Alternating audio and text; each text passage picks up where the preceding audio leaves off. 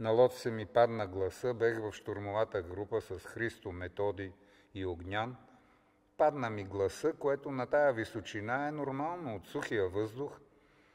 Лекара, Христо, се консултира с лекара по радиостанцията и доктор Колаксъзов казва да слиза. И слизам моите думи, аз си ги имам записани на касетофон, казвам, като слеза долу ще го убия доктора. И доктора говори с радиста Стефан Калянов и вика, бе, той Кънчо умее ли да се сдържа, въздържан ли е? Хубаво е, че след това доктора, той покойник вече, загина в автомобилна катастрофа. Когато стана на 50 години, доктора ме покани и ми се извини официално пред 50 човека, че... Защото след това се разбра, че гласът ти пада от сухия въздух или от еди какво си, това не е заболяване.